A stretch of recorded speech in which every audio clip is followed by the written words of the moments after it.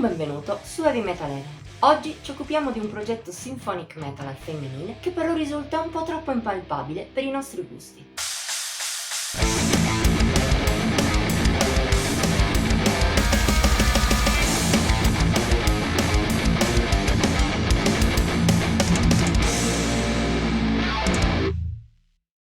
Da persone aperte e progressiste in molti campi, noi di Heavy Metal Heaven siamo contenti della sempre maggior presenza femminile all'interno del metal che si registra negli ultimi anni.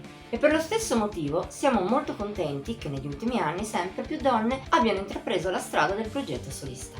Questo però non significa che ogni tentativo in questo senso sia lodevole. Sempre in nome dell'equità, quando c'è da criticare è anche giusto farlo, a prescindere dal genere e dall'identità di chi partecipa al progetto musicale. È il caso di Kate North, musicista finlandese ma trapiantata in Italia ormai da anni, dove per esempio ha collaborato con la power metal band romana Noveria, ha intrapreso nel 2017 la carriera solista con la cover di Walking in the Air, brano natalizio rilasciato come singolo. Ma per qualcosa di più corposo abbiamo dovuto aspettare la fine dello scorso anno, quando ha visto la luce il primo full length a nome Kate North, Compass to Your Heart's Desire. Un lavoro non male, ma che in fondo non ha troppo da aggiungere a quanto già fatto nel metal.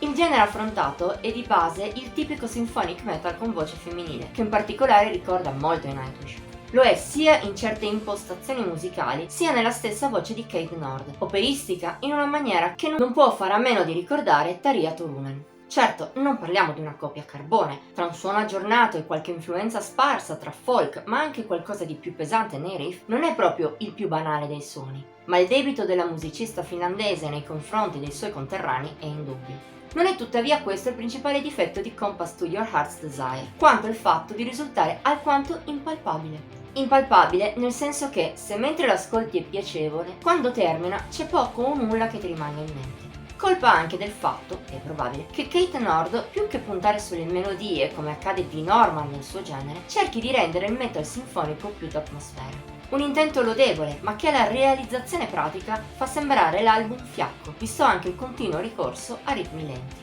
Non che sia tutto da buttare. All'interno di Compass to Your Heart's Desire ci sono anche indubbi lati positivi. In primis, sarebbe inutile negare la bravura a livello vocale e anche orchestrale, un lato gestito sempre da lei, di Kate North.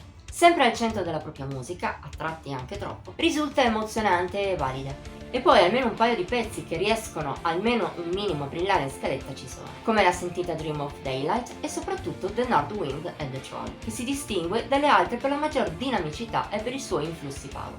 Per il resto però, come detto, Compass to Your Heart's Desire è un album che lascia abbastanza il tempo che trova. Non è certo un brutto album, anzi raggiunge la sufficienza, lì però si ferma. Di sicuro, da una musicista che dimostra il talento di Kate North, ci si può aspettare molto di più di un lavoro così nella media, così poco incisivo. Per quanto ci riguarda, le auguriamo che sia solo il primo passo falso, compiuto per tararsi e capire la propria strada in una carriera che possa essere in ascesa. Voto di Heavy Metal Heaven 63 su 100. Per oggi è tutto. Se hai apprezzato il video, metti like, condividilo e commentalo. Puoi anche iscriverti al nostro canale e cliccare la campanella delle notifiche per rimanere sempre al passo con i nostri nuovi contenuti. Ti invitiamo inoltre a seguirci su Facebook, Instagram e Pinterest. Trovi i link qui sotto in descrizione. Ci vediamo la prossima volta!